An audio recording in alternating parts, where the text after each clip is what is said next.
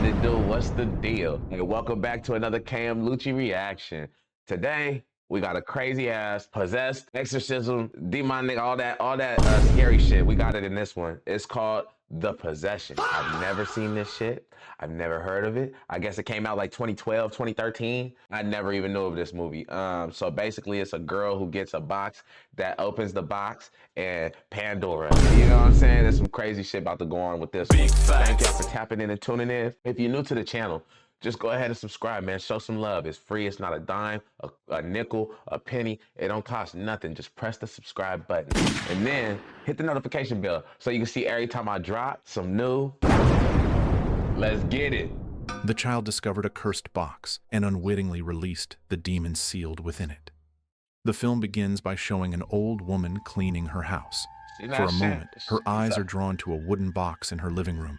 She quickly grabs a hammer, preparing to destroy the box.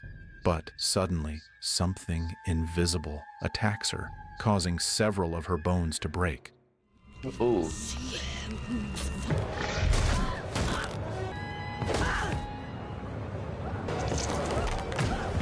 Fortunately, the woman survives the incident.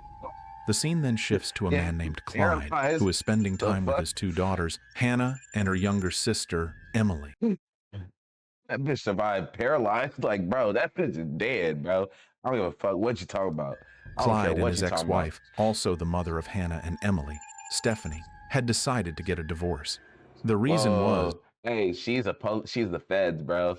This lady right here is the feds. Clyde was always too busy with work and never made time for their family. I know y'all seen her on TNT. Stephanie eventually grew tired of his behavior, feeling that he prioritized work over family.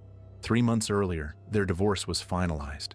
By now, Stephanie even has a new boyfriend named Brett. Oh, Clyde, shoes. What that mean? Hi, What that mean? I'll have him back Sunday after lunch. Every weekend, Clyde comes to pick up Hannah and Emily to have fun together. Usually, Clyde takes his daughters to his apartment, but this time he has a new house in a suburban neighborhood. No, he said he'd fix my teeth for free.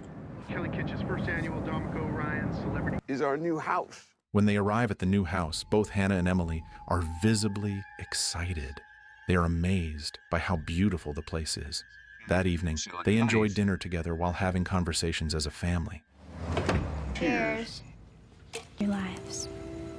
I know. Say stuff like that's gonna upset your sister. Afterward, they all head to bed. The next day, when Clyde, Hannah, and Emily are about to go out, they come across a house holding an estate sale. How about 55? 55. They decide to stop by for a while to buy some things they might need. Emily suddenly feels drawn to an old wooden box, which turns out to be the same box we saw at the beginning of the story. Fascinated by it, Emily asks her father to buy it for her. While carrying the box, Emily notices the old woman from the opening scene lying weakly inside her house. Suddenly, the woman begins to rage after seeing the box Emily is holding. Confused by her behavior, Emily chooses to ignore it and walks away. Once they get home, Emily asks Clyde to help her open the box, but instead of assisting her, you know how these scary movies go, dog. It gotta be the young ones. Fucking with these demons, it gotta be the young ones, bruh. Clyde answers a phone call from one of his colleagues. What are we talking about? What can I say? Hell yes. Disappointed, Emily goes back to her room. That night, she cannot sleep because of her curiosity about the mysterious box. Once again, Emily tries to open it, and this time, she succeeds. Inside, she finds strange objects such as a ring, dead insects, a mirror, a tooth, and several other items. The only thing she takes and wears is the ring.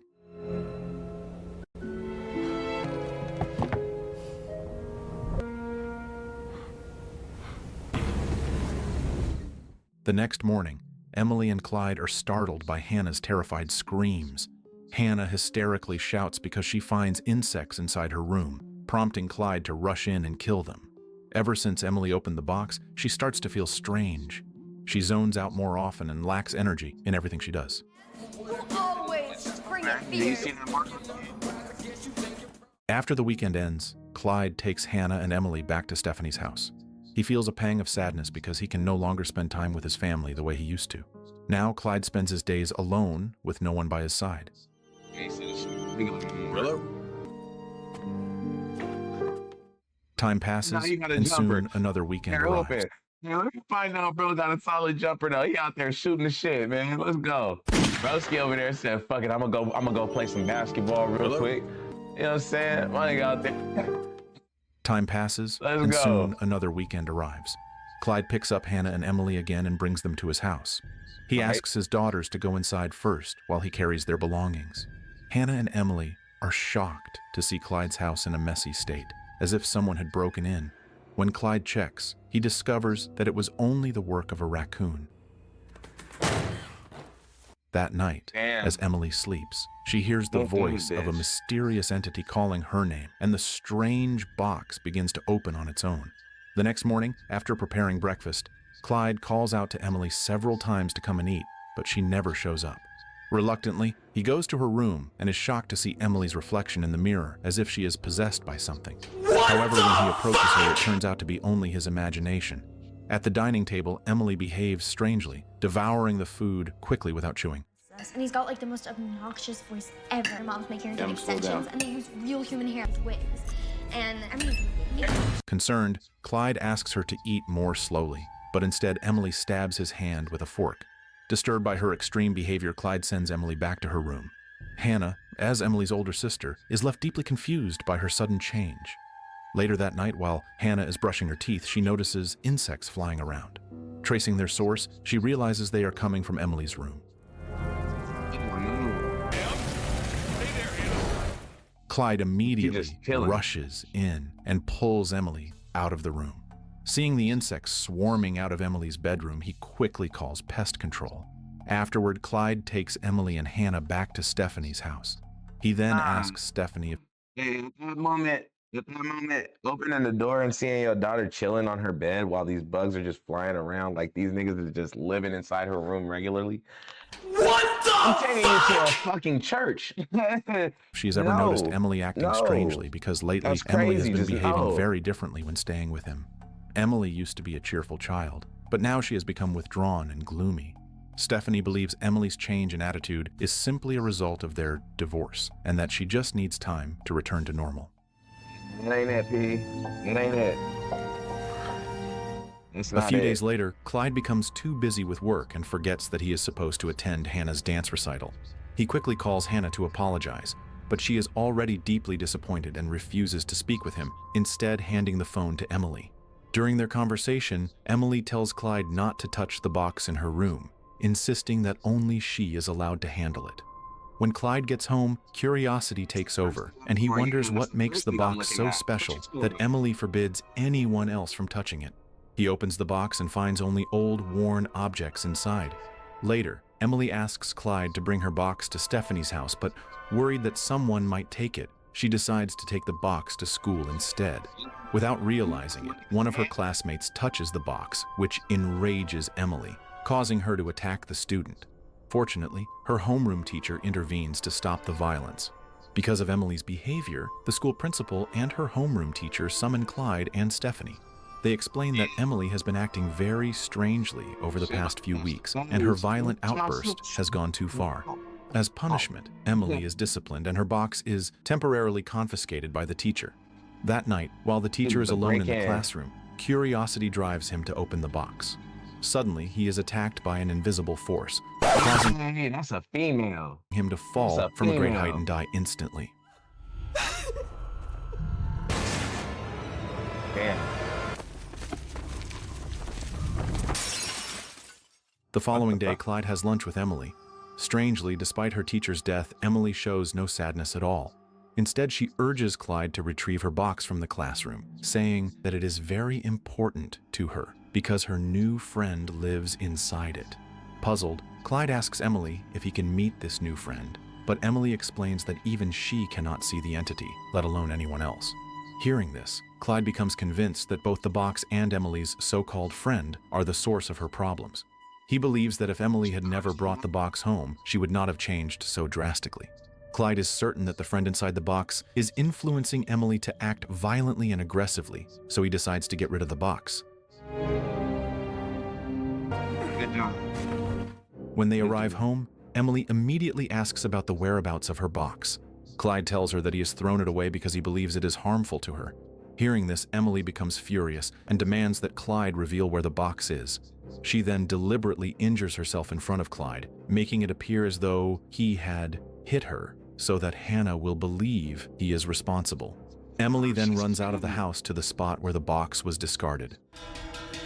I'm not gonna lie, dog. That right there is a red flag in the most major way. I don't know how you deal with that. I've never had to deal with that, but that right there is a red flag in the most major way, bro. She just faked. She faked her.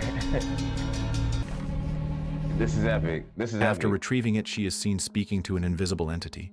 Suddenly, a swarm of moths emerges and enters her mouth, causing her to collapse and lose consciousness. My dad does.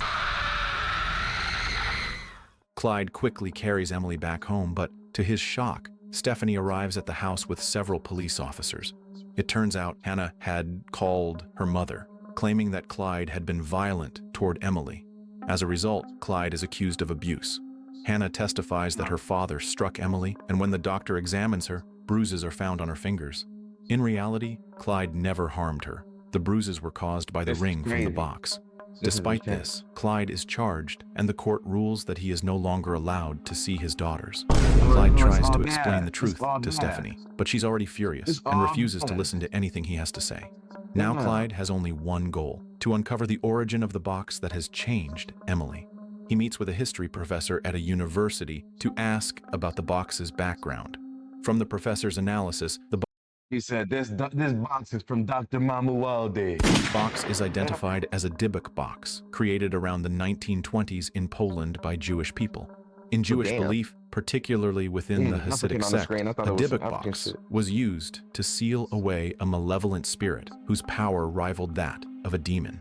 This explains why the box is so difficult to open, ensuring the entity within cannot escape. Clyde Well, it continues escaped. his research and discovers that anyone who opens the box will become possessed by the evil spirit inside. He becomes convinced that Emily's change in behavior is due to her possession by the entity inhabiting the Dybbuk box. To Well, test you're his suspicion, motherfucking Clyde secretly visits Stephanie's house to see Emily. To that nigga like 2 Chainz. Boy, you're motherfucking right. Straight up. Dad! He begins reading passages from the Bible, and Emily's expression immediately shifts, showing discomfort at his words. Suddenly, the Bible is flung from his hands, convincing Clyde that the force came from the demon inside Emily. From devastating pestilence, mirror of night, don't let... At that moment, Stephanie arrives and angrily What a throws Clyde out of the house. Realizing what is happening to Emily, Clyde goes to the headquarters of the Hasidic sect to ask how the spirit can be sealed again. There, he meets a member named Zadok, who takes him to see his father, Rebbe, the leader of the sect. Kuhlman, Rebbe Shapir wants to know where you got. When Clyde presents the Dybbuk box, the other members recoil in fear. Rebbe explains that the demon inside the box is seeking a new host, and that there are stages to possession. First, the victim hears mysterious voices. Then they begin to see the entity. And finally, the spirit enters their body and consumes their soul until it fully takes control. At this point, Emily's soul is already being devoured, and if nothing is done, her body will permanently become the demon's vessel. Clyde asks if they can perform an exorcism, but Rebbe warns that such a ritual is highly dangerous and not recommended. The only safe method to reseal the demon... Look, the more I be watching these like exorcism type based like movies, or these possessed type movies where people getting possessed by these entities and supernatural spirits and all that shit, the more I be watching them, the more I be seeing that shit is really not just some shit you could order a preacher, an exorcism preacher to come and just perform an exorcism. Like, it's not like that. Like, it's really not like that. You got to find a nigga that could really perform this, and they got to be with the business. Like, they got to actually be with being able to take this demonic entity out.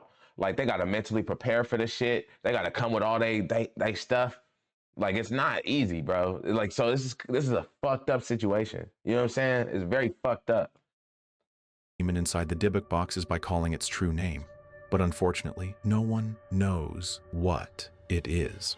Clyde desperately pleads for their help, but the sect refuses. Disheartened, Clyde leaves, only to be approached by Zadok, who who offers to help him discover the demon's name. Together, they set out to find Emily. During their journey, Zadok carefully examines the Dybbuk box, hoping to find a clue. Eventually, he becomes suspicious of the mirror inside the box.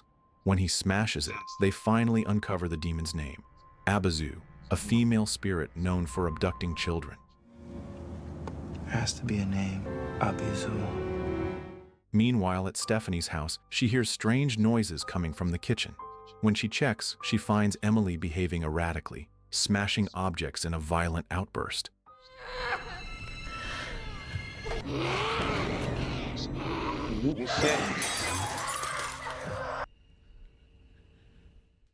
Stephanie tries to calm her down, but Emily suddenly disappears, only now you see, oh shit, maybe it wasn't your daddy. to reappear behind her mother holding a shard of glass. The demon compels Emily to kill Stephanie, but before anything worse can happen, Emily momentarily regains control of herself. The next day, while Brett is washing his car, he notices Emily staring at him with an unsettling gaze. Moments later, a strong gust of wind blows, and Brett's teeth begin to fall out.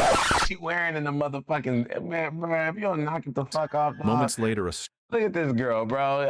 Get your ass in the house. Go get the fuck in the house. How long you been outside like this? strong gust of wind Hell no. blows, and Brett's teeth Hell begin to no. fall out one by one. Oh shit.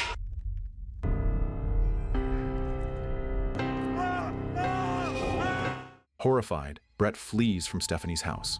Soon after, Damn. Emily suffers a seizure and collapses, unconscious. Alarmed, Stephanie rushes her to the hospital, while Hannah calls Clyde to inform him of Emily's critical condition. Clyde and Zadok immediately head to the hospital. It's There, time to get it Emily home. It's time undergoes to an get it home. X-ray, and to their shock, Stephanie and Hannah see a terrifying face inside Emily's body.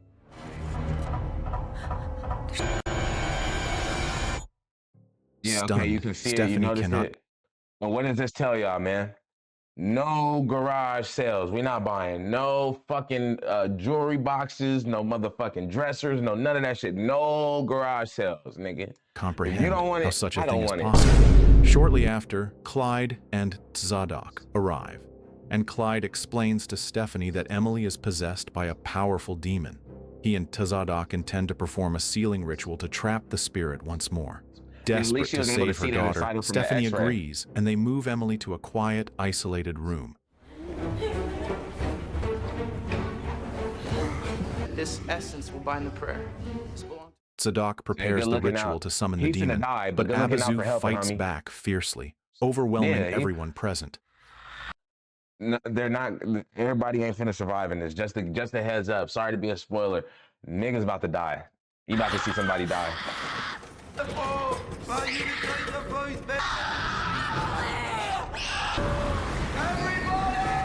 You about to drown that nigga.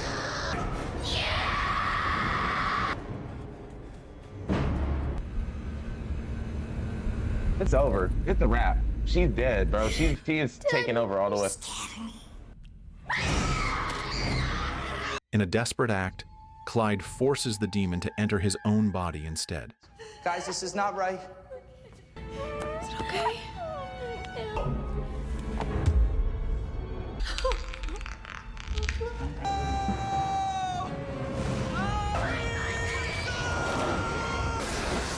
Hey, you know what?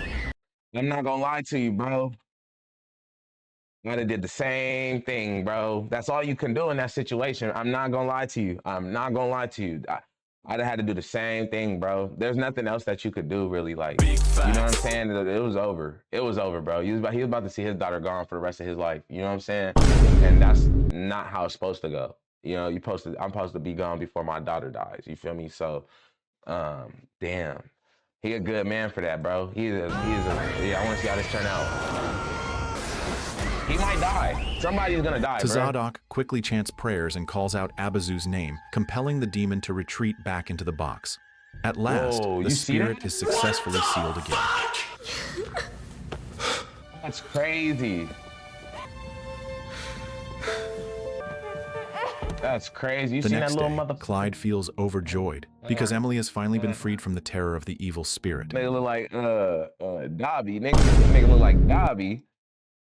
Harry Potter, nigga. Nigga look like Dobby, nigga. Look at this Last, nigga. Look at the this little spirit nigga. is Just a little ugly motherfucker. Little ugly motherfucker right the there. demon to retreat Damn. back into the box. At last, the spirit is successfully sealed again. This shit. Like Amanda Bynes thinking. The next day, Clyde feels overjoyed because Emily has finally been freed from the terror of the evil spirit. He is also grateful to once again experience the warmth and harmony of his family. Clyde realizes that his family is the most precious treasure he has, far more valuable than money or status. Determined not to repeat his past mistakes, he resolves to focus on his family. It seems that Clyde and Stephanie may even rekindle their relationship as husband and wife. Clyde then calls Zadok to thank him for his help, as it was thanks to him that the demon Get your bitch back with a jumper like the jumper you have. Get your bitch back with a jumper you got. was successfully sealed away. The plan is to keep the Dybbuk box containing Abazu in a place where no one can reach it. In the final scene, Zadok is shown driving his car. After finishing his phone call with Clyde, his vehicle is suddenly struck by a large truck. The crash kills Zadok instantly, while the box falls onto the road. This implies that the Dybbuk box may be discovered by someone else curious enough to open it, unleashing Abazu's terror once again. And thus, the story comes to an end. I'm not gonna cap. I was kind of feeling like that too, though. I was like, nigga, that right there, even though that's the ending, it felt like that wasn't it. You know what I'm saying? Like there's gonna be more to the story or something. But yeah, hopefully, I mean, within the next, you know, they probably try to bring it back. That movie came out like 14 years ago. You know what I'm saying? So I don't know if it, you know, but damn, dog, what a good movie it was. The Possession. I liked it. It wasn't cheesy or corny. I'll give it an 8.5 out of 10. You know what I'm saying? An 8.5 out of 10 for sure, for sure. I mean, damn, did you see the little motherfucker? It was over there. Wasn't fucking with it. That shit was crazy. But yeah, y'all let me know what y'all think about the movie in the comments. The movie is called The Possession. Came out 2012, 2013, whatever. You feel me? But yeah, y'all let me know what y'all think about it in the comments. If you're new to the channel, you know what I'm saying? Show your boy some love. All right, look, it don't cost you a quarter, a dime, a nickel, a penny. It don't cost you nothing. All you gotta do is press the subscribe button, hit the notification bell, and you can see every time I drop some new